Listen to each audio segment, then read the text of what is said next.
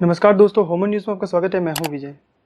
जितनी गर्जना और दहाड़ के साथ राफेल हमारे देश में आया, उतनी ही खामोशी से नरेंद्र मोदी ने नई शिक्षा नीति देश के सामने सरका दी। इस नई शिक्षा नीति के लिए पता नहीं कितने ही लोग आह्वान कर रहे थे और कितने ही लोग खामोशी से इसके लिए कार्य कर रहे थे। वैसे 2014 में भाजपा ने अपने मैनिफेस्टो में नई शिक्षा नीति लाने की बात कही थी, लेकिन पिछले 5 सालों में वो ये कार्य नहीं कर पाई। और आपको याद होगा कि 2019 के लोकसभा चुनाव में नरेंद्र मोदी अपनी रैलियों में अक्सर बात करते थे, अगला कार्यकाल होगा, अगर वो जीतते हैं तो ये अगला कार्यकाल वो लोगों की आकांक्षाओं की पूर्ति के लिए समर्पित करेंगे। और इससे बड़ी आकांक्षा की पूर्ति मुझे लगता है देशवासियों के लिए हो सकती है। पिछली बार ये 1986 में आई थी और 1992 में इसका संशोधन हुआ था। तब से लेकर आज तक वही घिसी पिटी शिक्षा नीति चल रही है। इसी के साथ एक काम और हुआ है कि मानव संसाधन मंत्रालय का नाम बदलकर शिक्षा मंत्रालय कर दिया गया है।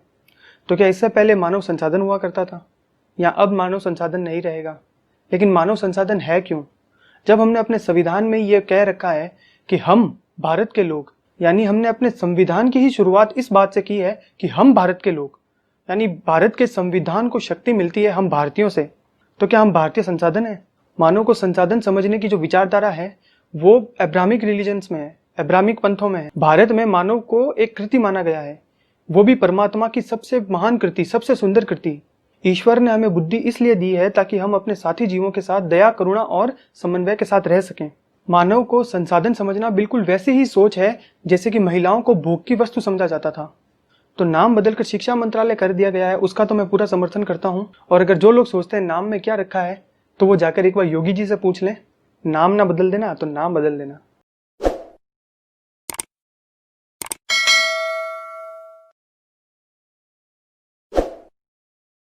यदि हमें नई शिक्षा नीति के बारे में जानना है तो सबसे पहले हमें यह जानना होगा कि हमारे इतिहास में कब कब शिक्षा नीति या भारत की जो शिक्षा तंत्र था उस पर कब कब कुठाराघात किया गया। वामपंथी और लाल लंपटों ने ऐसी अफवाह बना के रखी है कि भारत मानो जैसे 1947 में ही बना था। नहीं, भारत 1947 में नहीं बना था। भारत ने शून्य की खोज की है, पाई की खोज की है, प्लास्टिक सर्जरी की खोज की है। भारत वो देश है जो बिल्कुल सहजता से मानता था कि ये धरती गोल है और हमारे सौर मंडल की बातें होती थी और ये बहुत ही सहजता से सब मानते थे कि धरती जो है वो सूरज के चारों तरफ चक्कर लगा रही है और बाकी जो अन्य ग्रह है वो भी सूर्य के चारों तरफ चक्कर लगाते हैं, बल्कि सूर्य भी एक निश्चित गति से गति करता है। ये भारत में सहज ज्ञान था। बल्कि उस काल में तो भारत में विमान की भी बातें होती थी। विमान अर्थात विमान शास्त्र। आधुनिक नगरों में जो जो फीचर्स होते हैं वो तो भारत के हजारों साल पहले के शहरों में भी होते थे, जैसे नहर, नालियां, सबसे बड़ी बात सीवेज, आधुनिक सड़कें जो 90 डिग्री पे काटती हैं, डबल मंजिला इमारतें, अनाजों को स्टोरेज करने के लिए अलग से भंडारण, सार्वजनिक स्नानागार यानी स्विमिंग पूल, ये सभी भारत के प्राचीन से प्राचीन शहरों में पाए गए हैं। यहाँ तक कि वाल्मीकि जी ने भी रामायण में अयोध्या नगर का वर्णन करना जरूरी समझा और इतना विस्तृत वर्णन किया है कि आपको पढ़कर आनंद आ जाएगा। लेकिन इन लाल लंपटों ने कभी भी रिसर्च की नहीं इस पर। और एक तथ्य मैं आपको और बताऊं, जिसे आप वेस्टर्न कमोड समझते हैं, वो तो भारत ने ही दुनिया को दिया है। सिंधु घाटी सभ्यता या हड़प्पा सभ्यता में ये कमोड मिले हैं वहां पर, और इसकी जानकारी आपको इस किताब में मिल जाएगी, टॉयलेट गुरु। हड़प्पा में जो वो कमोड मिला है उसका फोटो मैं यहाँ लगा रहा हूँ, उसको पोज करके आप एक बार देखिए। तो क्या इतना सारा ज्ञान विज्ञान भारतीयों के पास ऐसे ही आ गया बिना किसी शिक्षा तंत्र के? ये हो सकता है? या फिर कोई कान में आकर भारतीयों को ये बताता था या सपनों में आता था ये ज्ञान उनको? तो फिर इस पर रिसर्च क्यों नहीं हुई? वैसे मैं उस समय के शिक्षा तंत्र पे बात नहीं करूंगा क्योंकि प्रत्यक्ष को प्रमाण की कोई आवश्यकता नहीं होती है। और मुगल काल में भी शिक्षा तंत्र की बात करने की कोई आवश्यकता है नहीं, क्योंकि वो लोग तो बस एक किताब को मानते थे, बाकी किताबों को तो जला देते थे, क्योंकि उनके अनुसार तो बस एक ही किताब काफी है। मुगलों का मुख्य उद्देश्य तो गजवाए हिंद था। वो तो भारत माता को दारुल हरब से दारुल इस्लाम में लाना चाहते थे। यही उनकी यूनिवर्सल सोच है। भारत की शिक्षण प्रणाली पर सबसे पहले कुठाराघात किया, और उसे सबसे बड़ा कुठाराघात माना जाता है, वो किया था अंग्रेजों ने। 35 के आसपास मैकाले भारत के लिए एक शिक्षा नीति लेके आया। उस पर बात करने से पहले मैं आपको ये स्क्रीनशॉट दे रहा हूँ, इसको आप पॉज करके पढ़िए।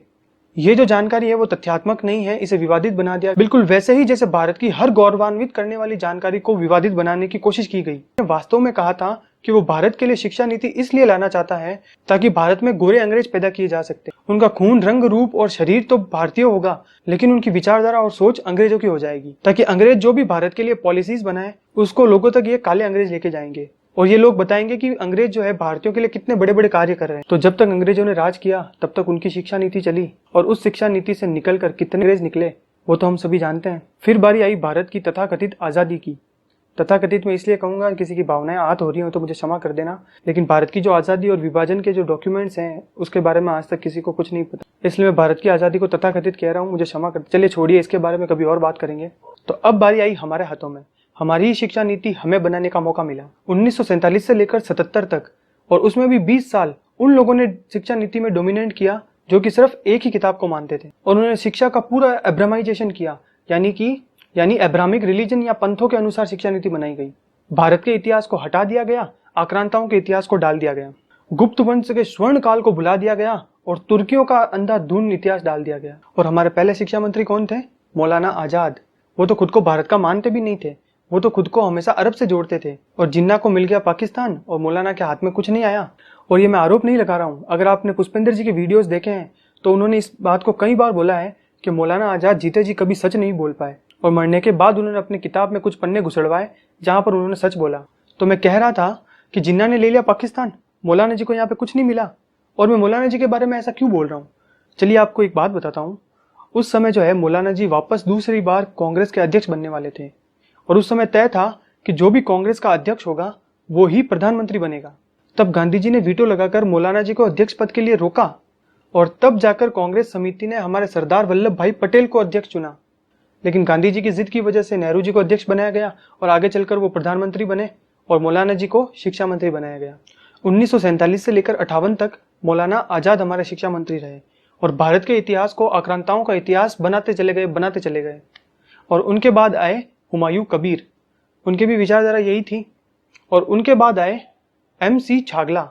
अब छागला से आप कंफ्यूज मत होना कि ये तो पारसी हैं, नहीं, यहाँ पर M का मतलब वही है, ठीक है।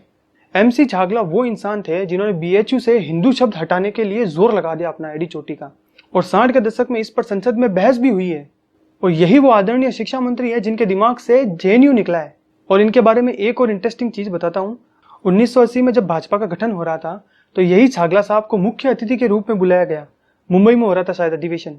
तब भाजपा ने अपने प्रथम पत्र में कहा था कि वो गांधीवादी समाजवाद की तरफ चलेंगे, हिंदुत्व पे नहीं। तो भाजपा भी उस रास्ते पर चलने वाली थी। ये तो भला हो अशोक सिंघल जी का, जिन्होंने राम जन्मभूमि आंदोलन को खड़ा कर दिया, और उसके बाद शाहबानो प्रकरण हुआ और राजीव गांधी ने ताला तोड़ा जब आंदोलन बहुत उग्र हो चला था।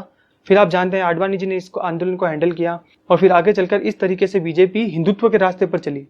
वरना ये भी सेक्युलर पार्टी बनने वाली थी, और हिंदुओं की फिर कोई पार्टी नहीं रहती, उनकी तो कंटिन्यूस ठुकाई होती रहती फिर। और इसके बाद जो शिक्षा मंत्री थे वो थे फखरुद्दीन अली अहमद, और उनके बाद शिक्षा मंत्री बने नूर अल हसन। उन्होंने तो और भी ज्यादा लाल कर दिया शिक्षा को। और फिर समय आया इंदिरा गांधी जी का। इंदिरा गांधी जी ने कांग्रेस को तोड़ दिया था, तो अब उनको सरकार बनाने के लिए कम्युनिस्टों के समर्थन की आवश्यकता थी। तो कम्युनिस्टों ने यह शर्त रखी कि इस देश की जो शिक्षा नीति है वो उनके हाथ में दे दी जाए, तो वो समर्थन कर देंगे। और इस देश की शिक्षा नीति का जो लालीकरण हुआ है ना, वो तो आप सब जानते ही हैं। मुगलों का महिमा मंडन होता चला गया, शिवाजी पहाड़ी चूहे बनते गए, महाराणा प्रताप भुलाते चले गए, और हमारे जो वीर सेनानी हुए थे वो आतंकवादी बनते चले गए, क्रांतिकारी जो थे वो आतंकवादी बनते चले गए। तो चलिए अब बात करते हैं नरेंद्र मोदी जो नई शिक्षा नीति लेके आए हैं उसके बारे में। वैसे अभी उसका सिर्फ ड्राफ्ट प्रस्तुत किया गया है, कानून तो ये तभी बनेगा जब संसद खुलेगी और इसे पारित किया जाएगा।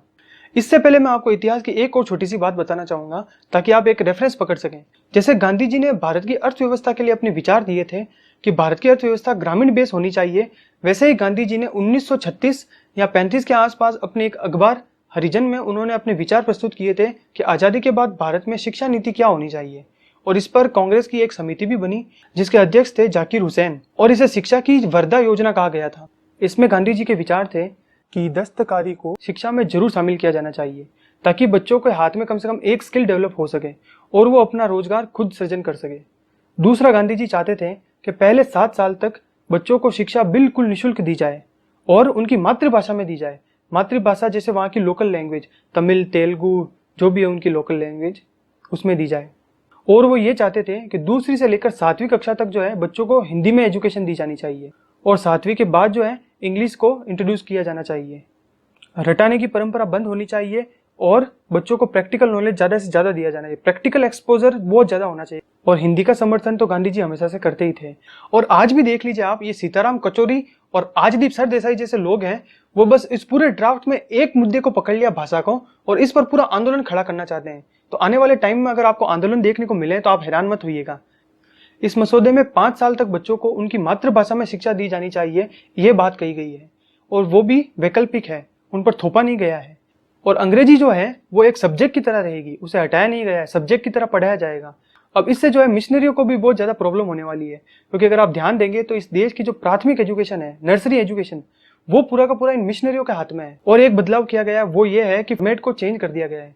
10+2 की जगह अब इसको 5+3+3+4 में कर दिया गया है। जो पहले नर्सरी क्लास से शुरू होकर 10वीं तक जो बच्चे जाते थे, बस दौड़ते रहते थे, फिर एक पड़ाव होता था 10वीं का, तब उन्हें सोचने का मौका मिलता था आगे और क्या करना है। और छठी क्लास से बच्चों की वोकेशनल ट्रेनिंग शुरू हो जाएगी और शायद उन्हें इंटर्नशिप भी करवाया जाएगा, ताकि बच्चे धीरे धीरे एक स्किल डेवलप कर सकें, एक तकनीक में पारंगत हो जाएं, ताकि उन्हें आगे जाकर नौकरियों के लिए दर दर भटकना ना पड़े। और आपको भी पता चलेगा कि आपके बच्चों में जो स्किल है वो उसे डेवलप करें। पहले माँ बाप सोचते थे कि ये तो पेंटिंग कर रहा है, इसका आगे जाके भविष्य क्या होगा। वहीं ये लाल लंपट ये लोग जानते हैं कि पेंटिंग की ताकत क्या होती है। ये लोग माँ सरस्वती की भी नंगी पेंटिंग बनाते हैं और इनको पद्मश्री तक मिल जाते हैं। तो सरकार की पूरी मंशा यहाँ पर रोजगार सृजन करने की है, नौकरियों को नहीं। और 4th स्टेज में होगा 10th से लेकर 12th तक। इसमें विषय को लेकर पूरी आजादी दी गई है। पहले जैसे स्ट्रीम होती थी साइंस, कॉमर्स और आर्ट्स, ये एक पूरा इन्होंने जानबूझकर एक विभाजन बना रखा था, ताकि शिक्षा में भी जाति व्यवस्था बन जाए एक तरीके से। जैसे साइंस वाले सबसे ऊंची जाति वाले होते हैं, कॉमर्स वाले उससे नीचे और आर्ट्स में उससे भी नीचे। पहले क्या होता था, 10th में बच्चों को देखा जाता था कि इसकी मैथ्स में कितने नंबर आ रहे हैं, उस हिसाब से उसे फिजिक्स दिलवा दी जाती थी। वो भी पल्ले ना पड़े तो फिर बायो से भी नीचे कॉमर्स, और कॉमर्स में भी अगर उसका मन नहीं है तो फिर आर्ट्स दिला दी जाती थी। ऐसा चलता था। तो अब क्या होगा, साइंस वाले फैशन डिजाइनिंग ले सकते हैं, म्यूजिक ले सकते हैं, पूरी तरीके से आजादी दी गई है, जो चाहे वो सब्जेक्ट ले सकते हैं और वो उनके मेन स्ट्रीम में नंबर जुड़ेंगे। 10वीं 12वीं बोर्ड को भी आसान बनाया जाएगा, ताकि बच्चे जो सुसाइड मोड में चले जाते थे वो घटनाएं अब कम हो। प्रैक्टिकल मॉडल्स पे बहुत ध्यान दिया जाएगा। सब्जेक्टिव एग्जाम के साथ साथ ऑब्जेक्टिव भी होंगे और एग्जाम को 2 मोड में रखा जाएगा या 2 बार में रखा जाएगा। 5वीं कक्षा तक बच्चों को उनकी मातृभाषा में शिक्षा दी जाएगी। और यही सुनकर इन अंग्रेजों की औलादों के स्थान विशेष से कपड़ा फटने की आवाजें आ रही हैं। अब इसमें सबसे मजेदार क्या होगा कि बच्चों को जो टीचर्स देते थे ना, पुअर, एक्सीलेंट, ये जो है वो हटा दिया जाएगा। इससे क्या होता था, बच्चे डिप्रेशन में आ जाते थे। मतलब कितने ज्यादा आतंकित रहते थे बच्चे कि टीचर्स क्या हमें रिमार्क देंगे। अब वो जो रिमार्क सिस्टम है वो हटाकर बच्चों को खुद को दे दिया गया है।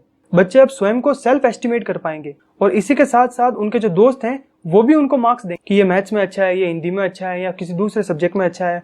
और फिर जाकर टीचर भी एक रिमार्क देंगे बच्चों को और ये सब ओवरऑल देखा जाएगा। ग्रेजुएशन में अब मल्टीपल एग्जिट और एंट्री होगी।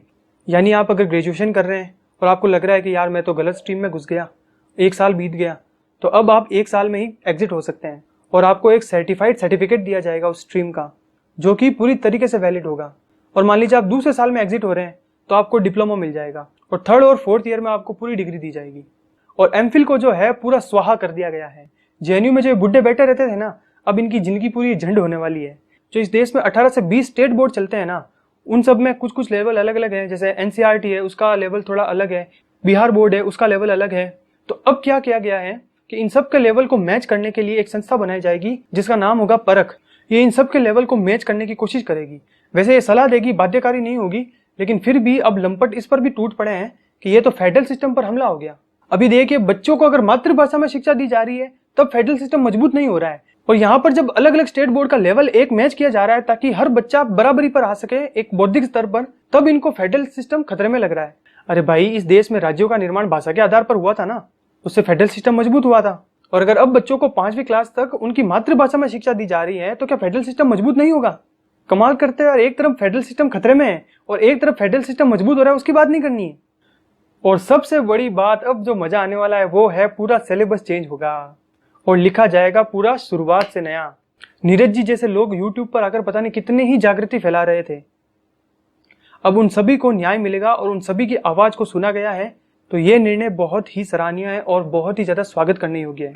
स्कूल और कॉलेजेस की जो फीस होती थी इतनी हाई, उसको भी नियंत्रित करने के लिए एक बॉडी बनाई जाएगी। ओवरऑल मिलाकर मैंने वीडियो के बीच में जो आपको बताया था कि गांधी जी ने हरिजन अखबार में कुछ अपने विचार प्रस्तुत किए थे, यह आपको उससे बिल्कुल मिलता जुलता नहीं लग रहा। और अगर आप नरेंद्र मोदी सरकार की अर्थव्यवस्था भी देखेंगे तो वो बहुत ज्यादा कुटीर उद्योग, ग्राम उद्योग को बहुत ज्यादा सेंट्रलाइज करने की कोशिश कर रहे हैं। उनका जो वोकल फॉर लोकल है वो गांधी जी का ग्रामीण उद्योग ही तो है। इस तरह से देखा जाए तो गांधी जी के विचारों को आजादी के बाद तो कोई मान्यता दी नहीं गई इस देश में। खाली गांधी जी का फोटो नोट पर छाप दिया और दफ्तरों में एक फोटो लगा दी, लेकिन उनके विचारों को कभी तवज्जो नहीं दी गई। अगर आपसे कोई डिबेट करे तो उन्हें बताना कि ये तो गांधीवादी रास्ता है, इसमें क्या गलत है। अगर इस वीडियो की जानकारी आपको अच्छी लगी तो प्लीज चैनल को सब्सक्राइब कीजिए, वीडियो को दूसरों के साथ शेयर कीजिए, लाइक कीजिए और बेल आइकन को प्लीज ऑल पे सेट कीजिए ताकि आपको नोटिफिकेशन भी मिलता रहे। आज के लिए इतना ही। वीडियो देखने के लिए बहुत बहुत आभार।